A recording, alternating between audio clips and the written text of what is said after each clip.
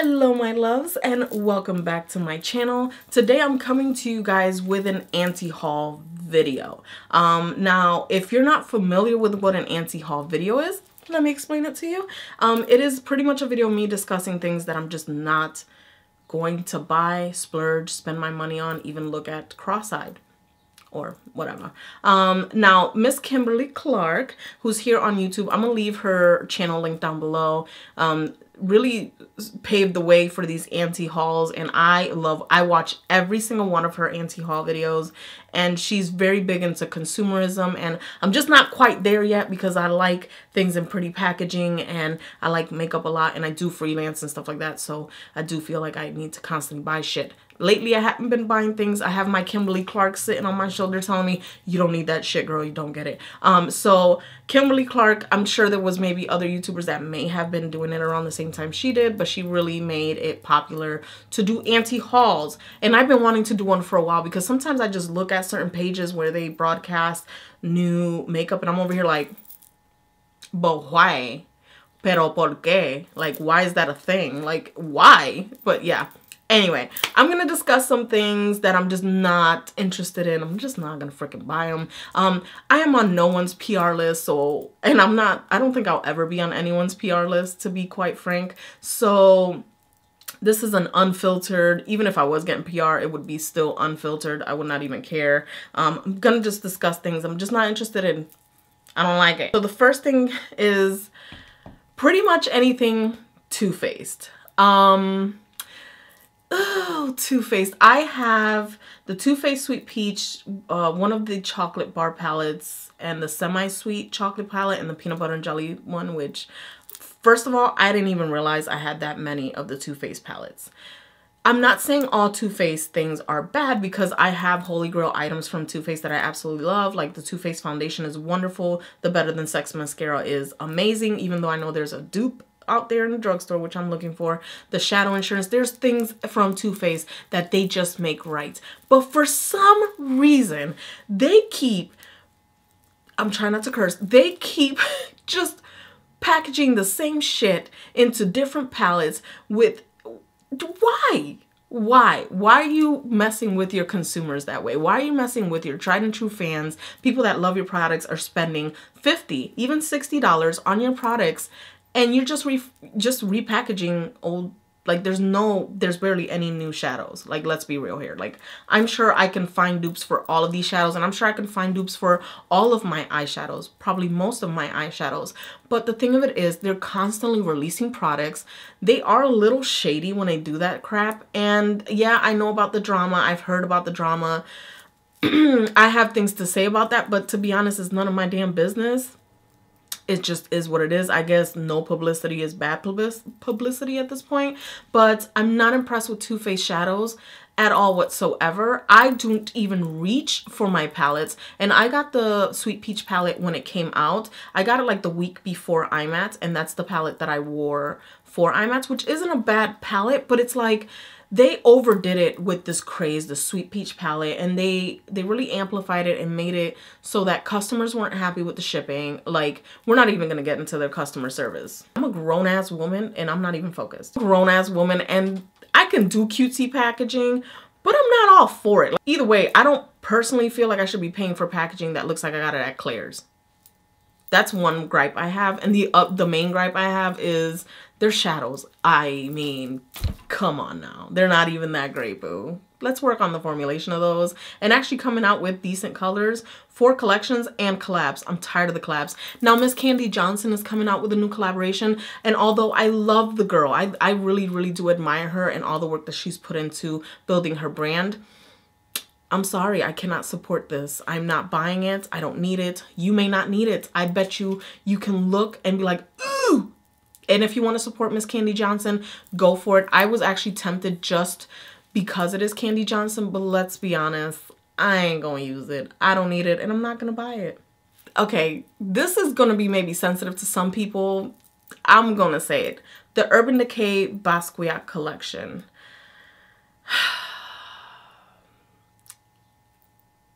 Okay, when it first came out, Miss Ruby Rose, of course, is their spokesperson. I get it. She's pretty. She's popular. Okay. I get that she loves him as an artist. He is an artist. You guys look him up. He's an amazing artist. He did pass away. It's not a glamorous story for him. But I do appreciate a brand not making light, but bringing to light an artist that is well deserving of being, you know, recognized. I gave them a chance. Okay. Okay. Okay. I don't know how to say this without being offensive or being an asshole, but let's go for it. Ruby Rose is the spokesperson for Urban Decay lately. She does most of their campaigns. I get it. She probably has a contract with them, yada, yada, yada.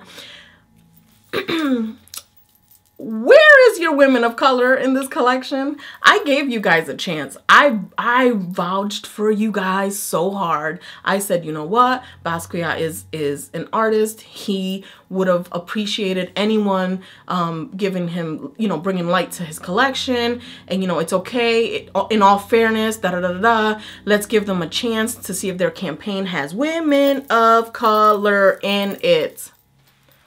Where is it? Urban Decay, where are the women of melanin, of any melanin in this collection? Where are they? So you released a preview, a sneak peek of this collection on March 15th or March 14th, 15th, whatever, on Instagram, right? People went insane. They are telling you, listen to your peoples, okay? They're telling you what is wrong. Well, where are the people of color? He's a black artist from New York. Culturally, you have Ruby Rose representing this collection. Okay. Okay, a day passes, a week passes. Nada. Un carajo, nothing. We don't see anything. No women of color or anything like that. No models. None of your representatives are in this collection. So, okay, let's say March 15th, you came out with your collection. April 20th. Damn near over a month later is when you show one woman of color representing your collection, the Basquiat collection. One. It took you 36 motherfucking days. This just be generalized here.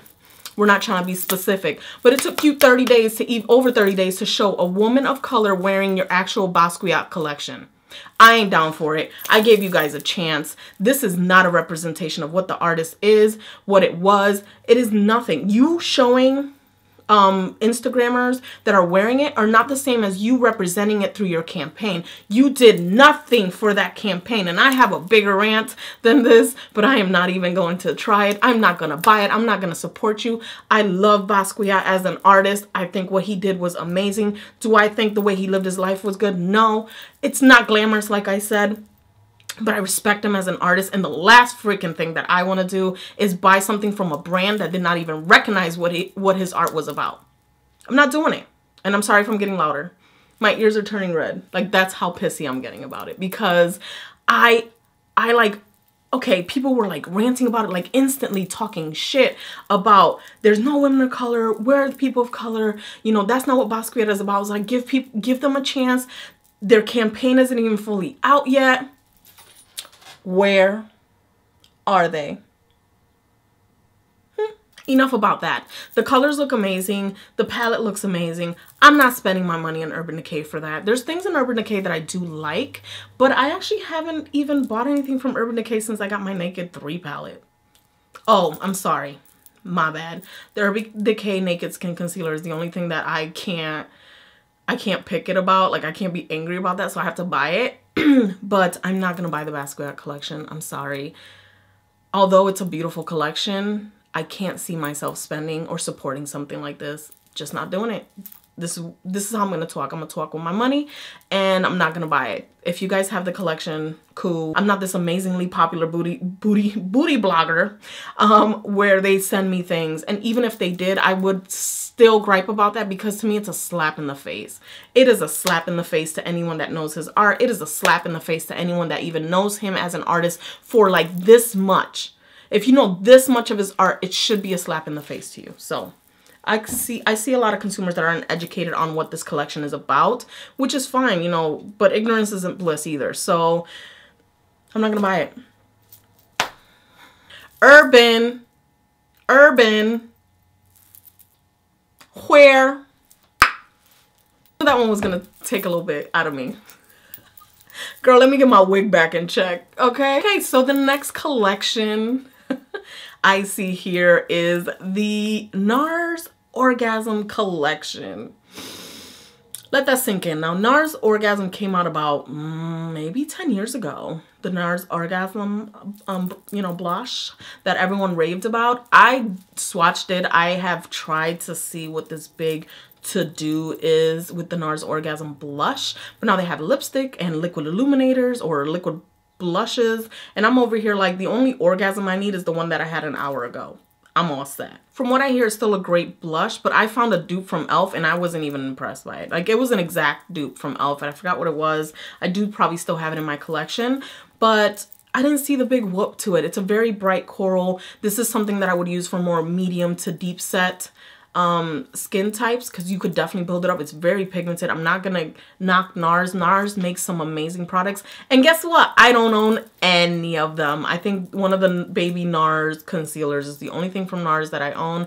I know I'm an embarrassment to the beauty community, whatever, but I don't see the big gripe of coming out with a whole collection of colors that you see everywhere. I'm sorry, I'm not gonna spend $30-something on a lipstick, $30 to $40-something on a liquid illuminator or blush or whatever when I have so many, and you could dupe them so easily. So I'm not gonna buy it. I don't need it. Don't need it. Trust me, I get enough orgasms as is. I don't need a product named that to make me feel good about myself. Not happening. Deep Throat, on the other hand. The next thing, I'm not going to even look at cross-eyed. I don't even want it. I wasn't interested in it from the get. I already knew. In my head, the first thing that popped in was absolute hell to the no. Okay, and it is the Evie blender. Now, first of all, I pronounce my name Evie, even though I spelled I-V-Y, but I'm not Americana, so my name's pronounced Evie. So the Evie blender, I don't know what to say about this because apparently it started off with a Kickstarter. I did see it on Facebook, like, you know, they do little videos and this, that, and the third, and I was like, it looks like a ball sack. I can tell right off the back the material it was made with. And if I wanted to slap around something on my face that was silicone based, I'll just buy a dildo and I can have multi-uses for it. My personal opinion.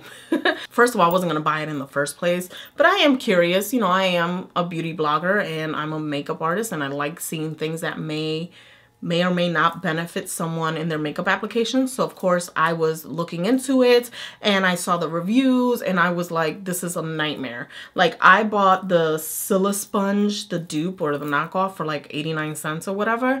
And I didn't like the way that felt on my skin. So I can't imagine being a slightly bit textured and rounded that it's going to do any different for the way it made me feel with the makeup just sitting on my skin. Makeup is supposed to be absorbed into the skin. It's not supposed to be literally caked on unless you're doing heavy drag, boo-boo.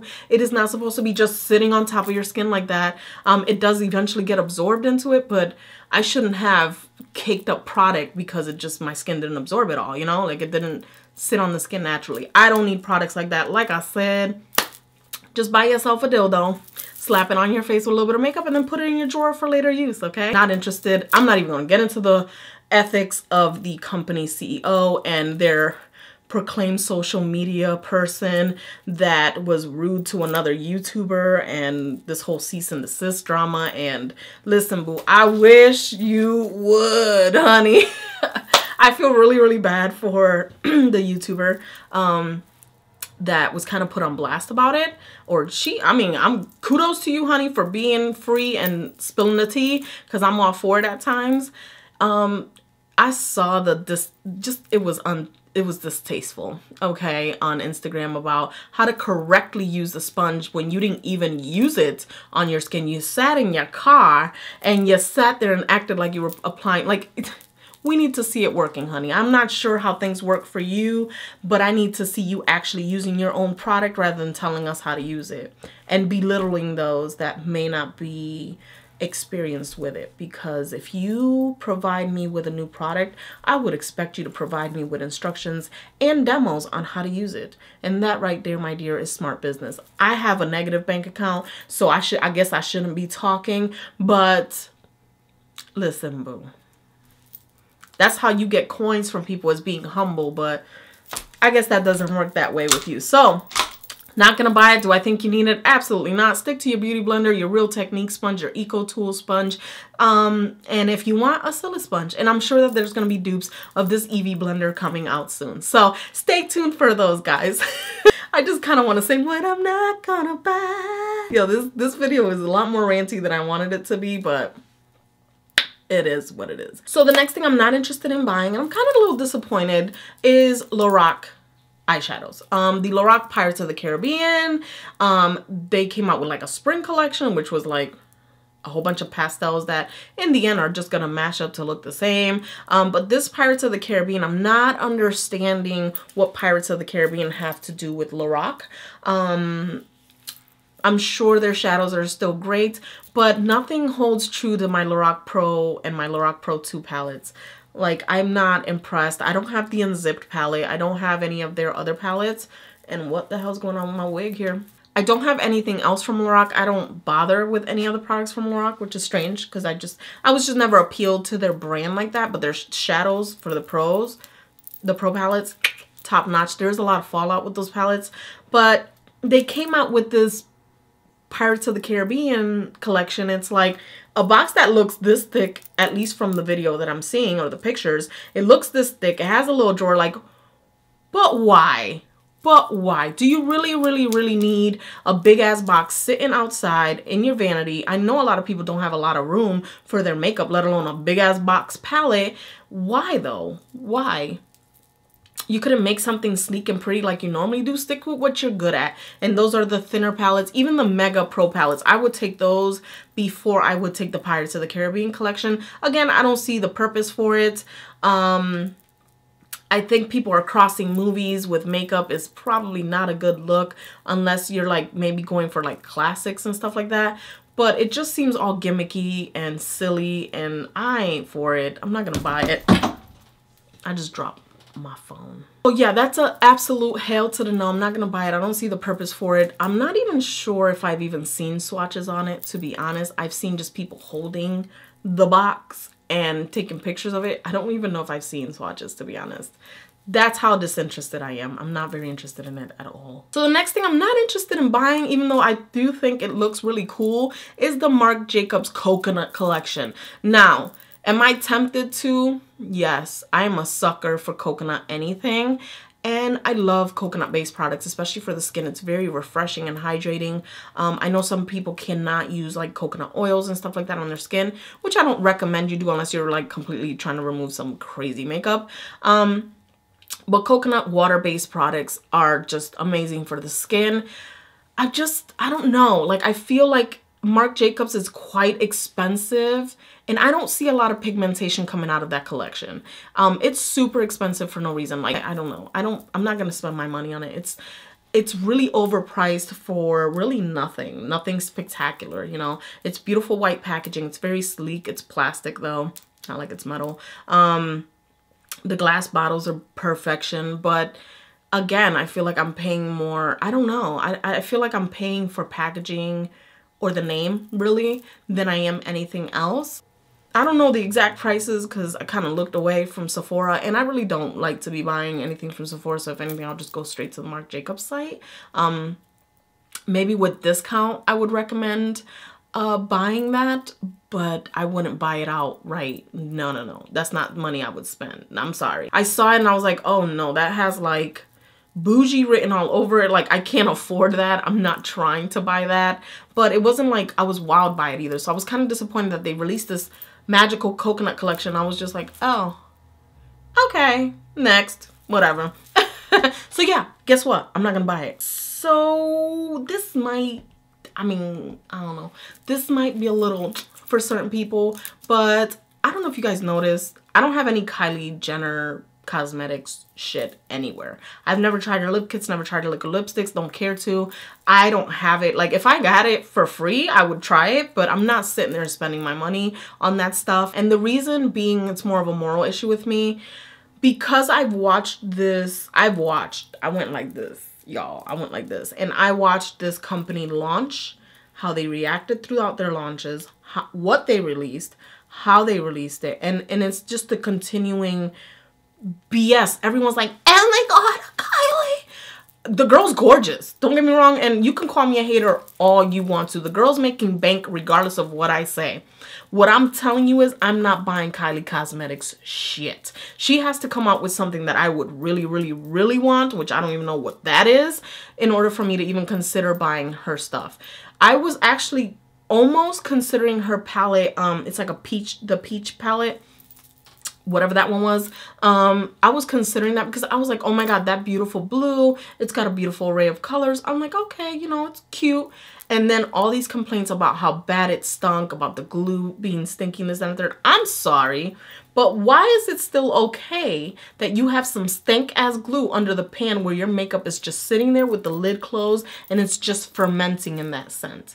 Do you think it's okay? Because I'm not putting that on my client's face and I'm not putting it on mine, especially in the eyes. I'm just not doing it. So it's just like something about it. I just don't. She has beautiful nudes of everything. And then this collection came out. The Coco and Kylie collection. Come on, Kim. You know damn well you only use one gloss. They all look the same. Let's be honest. This is a whole bunch of nudes with a slightly different shift of color in the tube, but they don't change for anyone. I have seen swatches on women of color, of women of the medium complexion, of light skin, and they all look the same. Now, of course, if you put it against a white piece of paper, you're gonna get the different shades. But if you put it against something that has a little bit more color to it, it's gonna look the same. It's not gonna look different. It's gonna look like different shades, you know, on a lighter canvas, but it's gonna all like look like a big old blob of pink nude on everyone else. I'm just being honest. I'm sure that her glosses feel really nice and creamy and milky or whatever, but I'm sure I can find glosses somewhere else that I would be more interested in buying it. I'm sorry, I'm not putting my money into Kylie anything. Kylie's a gorgeous girl, don't get me wrong. The girl's hot and she's had help. Of course, she's got money and she's got help, and I don't blame her because I got help too. I got a little bit of coin and I made my face look presentable through makeup. So I don't blame her for making a brand of herself. I just feel like it's really the hype that bothers me so much, because it's like, why? Do you guys even know her personally? Do you know if she gives a fuck about you personally? Like, it's people, what I'm getting at is how crazy people act about it, but there's nothing really, really impressive. And, you know, there's some drama with it as well. With every makeup brand, pretty much there's some drama, but it's like, I wasn't interested. I'm not going to buy it. I'm not going to spend my money to it. Sorry, just not. Another line of products I'm just really not interested in. Like, I've swatched them at the store and this, then a third, and it's the Milk makeup brand. Like, okay, let's be real here. Look at this brand. It looks amazing. It looks really pretty, natural, soft, bourgeois, refreshing almost. How many YouTubers have you seen that have already reviewed this product, okay? They've already ranted and raved about this product, how amazing it is. Oh my God, Milk makeup is the shiznit. How many have you actually seen using them on their everyday tutorials? Don't worry. I'll wait. People talk about it. It is hyped on. And then all of a sudden I don't see it being used at all. Ever. The blur stick, I've seen it used when they were talking about it. They were trying to review it. Never seen anyone use it, you know, during a tutorial like, hey, I'm going to slap this on, this, then, and the third. The highlighter, I think I only saw maybe 2 people use it. The glow stick. And that's because they had extremely, extremely dry skin. They felt like they needed that glow that way. And even then, I never saw it again on their channel. So it's like me, I like to use products that I would definitely use on an everyday basis. Sometimes I'm like, oh my God, should I use something else? Because it's, you know, I do use this product, but I never use it on my videos because, and I get that things happen that you have so many products that you don't use, but I never see it be reused. I barely see it in people's collections half of the time anyway, after they've reviewed it. So I don't know. If you're into that brand and you love it, kudos to you. I personally did not find it interesting. They came out with these eyeshadows that are come in a tube, and I'm like, okay, that's great for the pro or whatever. But even then, it's nothing spectacular. I can find that from like Makeup Forever or something like that. And I don't know. I'm not going to buy it. I'm sorry. It doesn't interest me. I don't see the big hype about it. And the hype, it dwindles. I don't know. It's just, I find it weird that no one ever uses their products after they like show them off. I don't know. Whatever. Now, I actually think this brand is really, really cute with what they're doing. And it's Storybook Cosmetics. Now, me personally, I'm not going to buy anything Storybook Cosmetic wise. I know they just came out with like a book palette that is similar, but not Harry Potter-ish. And then they came out with these brushes, which, I mean, I think they're cool and all. I love the look of it. If you're into collecting that stuff, I think that's amazing because I'm into collecting certain things for my personal collection. But for some reason, that just never appealed to me. I thought it was really, really cute. But me personally, it's not something I'm going to spend my money on. I do have it shown here. The new palette that came out and the brushes are really dope. But I don't know. It's something I've seen, not package wise, but really in the end, what you're paying for is the package. So like I said, it's not something I'm going to buy. It's not something I'm going to spend my money on. They're an indie brand, so I appreciate them for, you know, if that's what they like. They love the fantasy, the books and the movies and this, that, and third. And they're like, I think they made an eyeliner that has the feather, which I thought was dope. But it's just not something that I don't know how the product is under. I feel like I'm just paying for the packaging, but that's my own personal opinion. Do I think it's beautiful? Absolutely. But it's not something that I want sitting in my collection just yet. Like, I don't know. I'm just not wowed by it at the moment. Again, packaging is gorgeous, but I feel like that's all I'm looking at is the packaging. The brushes, I'm not sure how good they would be. I have so many brushes here that I spend money on, and I love them, like, nonetheless. So I feel like if I buy the brushes, I would really just want to showcase them off rather than use them. I don't know if you catch my drift. The next thing, like, I'm intrigued sometimes and then I'm not. Okay, so the Natasha Denona Sunset Palette. Does it look familiar to you guys? Like, I'm sorry. I have the Holy Grail. I have the Anastasia Beverly Hills Modern Renaissance palette. I have like a Coastal Scents palette that has every single shade of orange in it. It just looks like a glorified Morphe palette with square pants. I know that the Natasha Denona shadows are apparently beautiful and silky and gorgeois and all that. I've swatched them myself. I do think they're beautiful, but I am hell to the no not spending what I spent on my light bill on a damn eyeshadow palette. That is ridiculous. Do you know how much makeup I can get for one of those palettes? No thanks. No thank you, boo. Like, Natasha, can we be real here? Like, I get it. You're a makeup artist. You know what it's like to be a struggling artist. I would hope so. But yet you're charging almost damn... Oh, girl. $269 for a palette is not cute. $189 for a palette is not cute.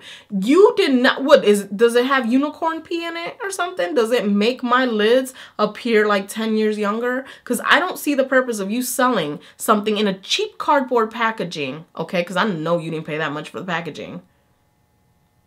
To give us, yes, okay, quality shadows. But I can get quality shadows from Violet Voss. I can definitely get quality shadows from Anastasia. Even like, I mean, Cosette.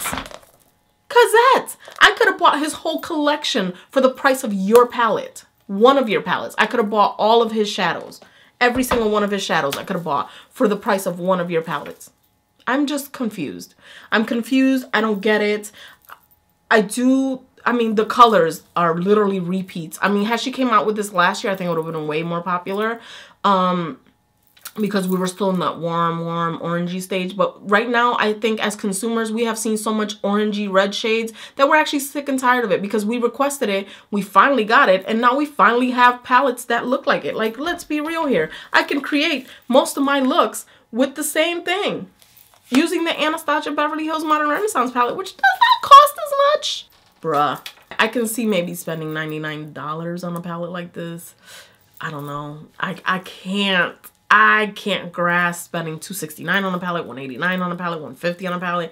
I cannot see that. I cannot. There's so many other formulas out there. Even drugstore has stepped up their game, so just be on the lookout, okay? Okay, so the next thing I'm just not interested in, not gonna buy, they just released, maybe, or they just put out their campaign, is the Makeup Forever face paints or eye paints or whatever they are. What are they called? Color paints. Color paints, the Makeup Forever color paints. If you're an artist and you don't have the Makeup Forever color palettes already, that's something I would recommend buying. But the thing of it is, they're pricey on their own. Each individual color is what? Like $23, $24. If you're an artist and you're sitting there and buying them individually, aren't you better off just buying one of the Makeup Forever color palettes? Like the stack that you can mix with the primary colors, and then you could buy the silvery tone ones, or I don't know. I would rather spend my money on the big color palettes than just on individuals, unless you only need an individual one. I don't know.